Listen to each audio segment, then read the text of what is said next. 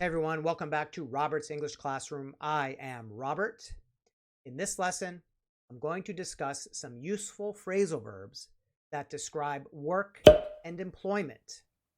Now, work and employment is a big topic that is often used on the IELTS test. So if you're preparing for IELTS, this is a topic that you might encounter. You might see it in the reading, the writing, the speaking, or the listening. And these phrasal verbs all are used when we're talking about work and employment. So it's very well that you might see them. In my last lesson, I also did an IELTS phrasal verb lesson about health and well-being because health and well-being also is a big topic on the IELTS. So check that one out if you haven't. But the good thing is, even if you're not taking the IELTS test, these phrasal verbs are actually often used in everyday English conversation. So no matter what, if you're just practicing your English, these are good phrasal verbs that you should know. And don't forget, at the end of this lesson, I will have a homework challenge question. This week I have 2 questions, and it will give you a chance to use one of these phrasal verbs to answer a question for me. Write it in the comment box, and I'll respond. So let's get started with some phrasal verbs for work and employment. Let's go.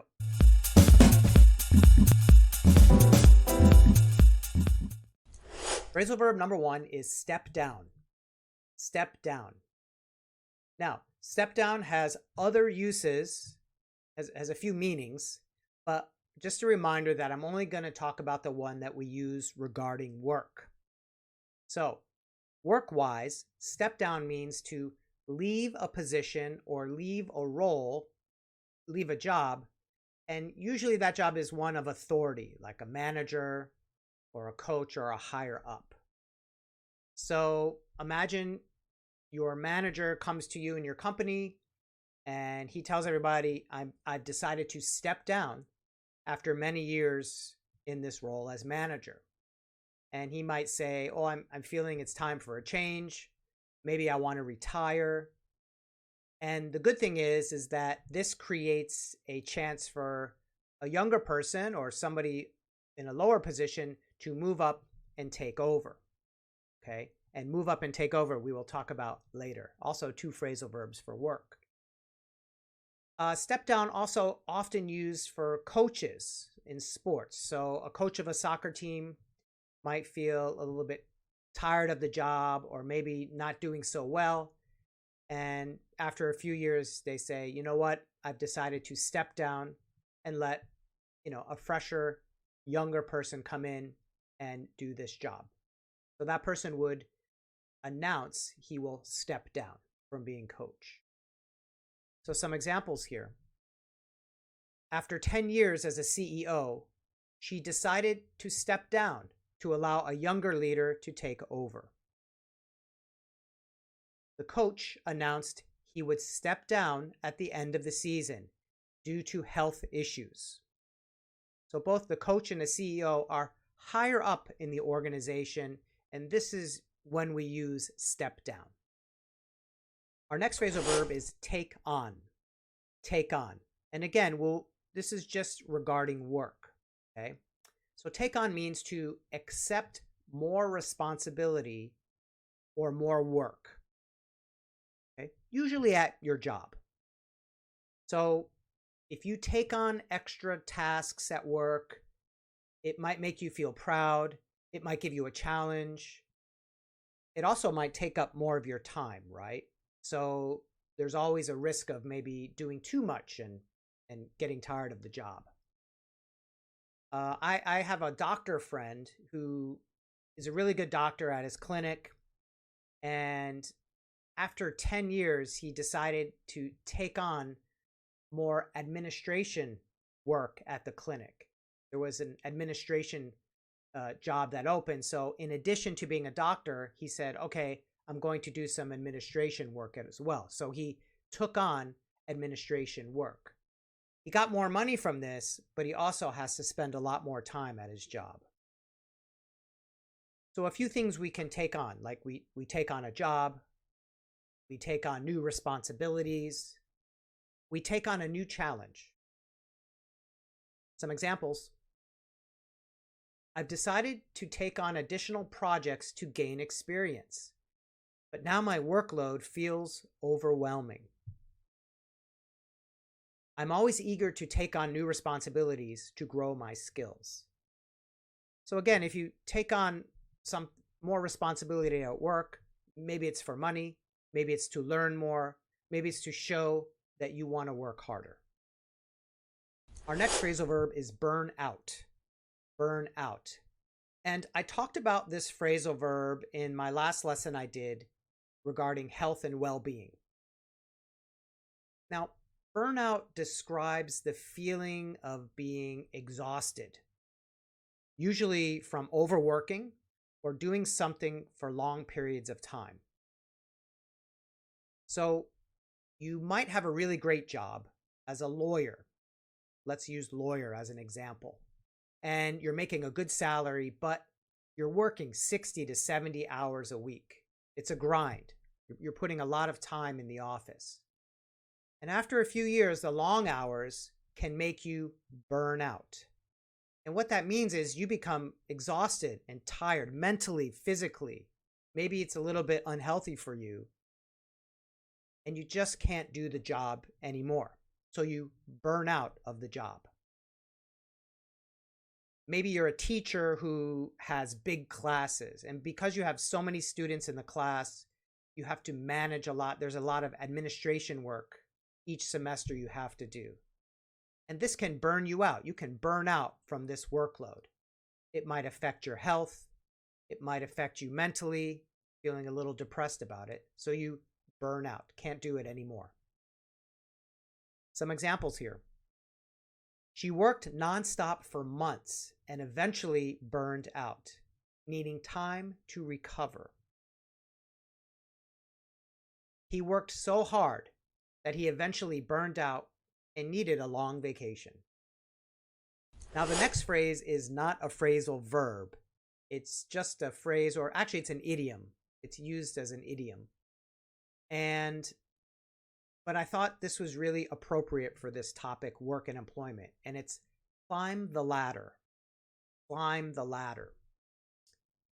And climb the ladder is a phrase that means to progress or advance in your career, work your way up. So if you work hard and you continually improve your skills in your company, for example, you may eventually climb the ladder to reach a higher position. So you start low in a company and then you're really successful. So you get a promotion. You're doing really well there, and you get a promotion and a promotion. And soon you're close to top management position.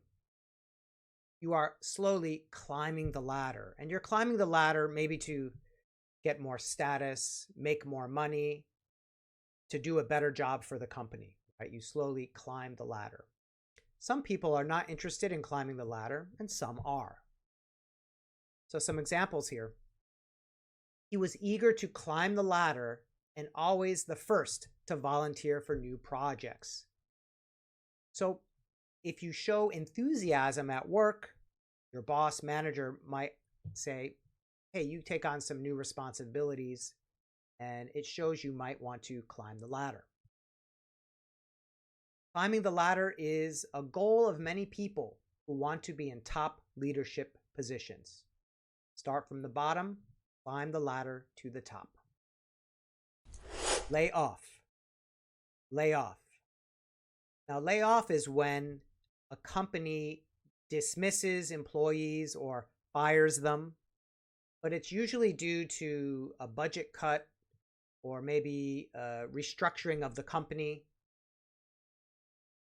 Sometimes companies have to lay off workers when the economy slows down, which can create a lot of resentment and anger from employees. But if the economy slows down, the companies may need to lay off staff because they have to save money. So layoff is not because somebody's doing a bad job. It's usually there's another reason for it. Usually it's a financial reason.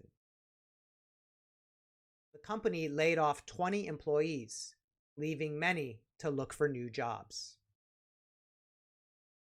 It's always difficult when companies have to lay off hard-working staff. Get ahead. Get ahead. Get ahead also has many meanings as a phrasal verb, but we're only going to look at the work-related one. Get ahead means to make progress or achieve success in your career. Okay, so you're getting better in your career. It's a little bit like climbing the ladder. So people who take every opportunity in their job to learn new skills, to get a certification, get a master's degree, build connections, often they can get ahead quickly in a company. They'll get more chances for opportunities. They might even get a better job offer and get a higher salary as well. So people do these things to try to get ahead, maybe get ahead in their life, get ahead in their career. Another way we can use get ahead is by saving money. So maybe you have a goal of saving money. So you do some extra jobs, or you're working really hard every month to stick to a tight budget. And from this money that you saved, you can make some investments maybe, or maybe even do something like purchase a house. So we can describe that you are trying to get ahead. This is more get ahead in life or get ahead financially. Some examples. To get ahead in her field, she attended workshops and built a strong network. He's willing to work hard to get ahead in his career. The next one is cut back. Cut back. And cut back means to reduce something. And usually it's expenses or your workload. So if a company is not performing very well, it might need to cut back on spending, which can impact their resources. So one of the ways a company might do this is laying off staff. We just talked about lay off. If you lay off staff, you will cut back your expenses. Maybe in your household, you need to cut back on some expenses and cut back on spending some things because money is tight. And so you cut back on some activities. Maybe you don't go out to dinner so much. You can't do so many fun things for a while. You cut back to save money. So some things we can cut back on are like cut back your expenses or cut back your workload, cut back your hours at work. Due to budget constraints, the department had to cut back on staff training. After realizing he was overworked, he decided to cut back on some commitments. So cut back basically means to cut it down smaller.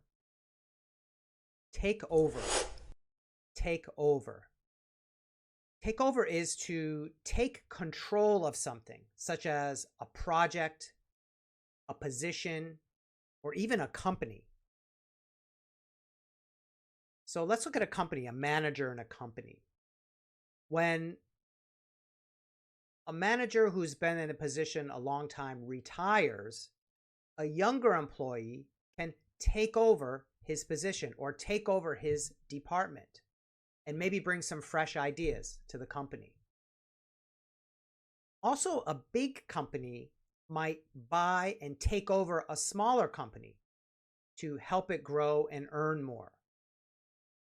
So in the business and work world, takeover can be a person taking over a new role or a company taking over another company. I was asked to take over the project after the original leader left the company. Google took over the small tech company to use its technology. Move up. Move up. Move up means to be promoted to a higher position or level in the company. Again, a little bit like climb the ladder. So if you're working for a company and you consistently show good results, the management, like your boss, might like that, right? So you get more responsibility and you start to move up in the organization. And when you move up, you might make a higher salary and you might learn a bit more. So it helps you to move up even more. And if you're really successful, the company might move you up to a top position. So a lot of people work hard in a company so they can hopefully move up in the company, climb the ladder, or get ahead. After 5 years, she moved up from an entry-level position to a managerial role. He worked hard for the promotion and was thrilled to move up. Now, our last one is hand in. Hand in. Okay. So hand in, we also use this often for school. And it means to submit something or to give it in. Give it in to someone that is waiting for it, like a report or maybe a letter or some kind of announcement. You hand it in. At school, we hand in assignments. So you can hand in a report, hand in an assignment, hand in a resignation, telling your bosses you're quitting. You hand in your resignation. After a long career, he decided to hand in his resignation and pursue other passions. I handed in my project report just before the deadline. So there you have it. These are the phrasal verbs that we use for work and employment. And you might very well see these on the IELTS test if you're preparing for it. So let's go through the list one more time. Step down. Take on. Burn out. Climb the ladder. Lay off.